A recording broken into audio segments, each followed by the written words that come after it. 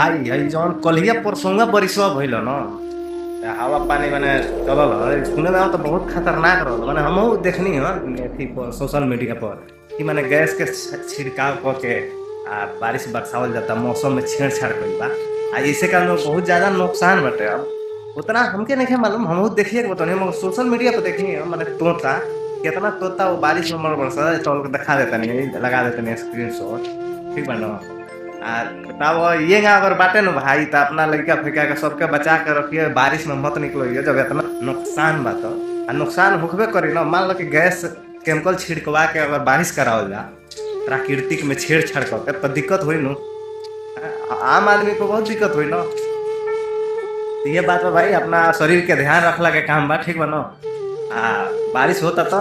लड़का फेंका के बाहर निकलला के कोनो गरज नहीं है ठीक बा न। बाकी सही से रहो आ वीडियो के तनी शेयर कर दो कि भाई केहू बारिश में मत निकलो ये टाइम में जौन बारिश होता है ये समय ठीक बा न काहे से कि वैसे बहुत ज्यादा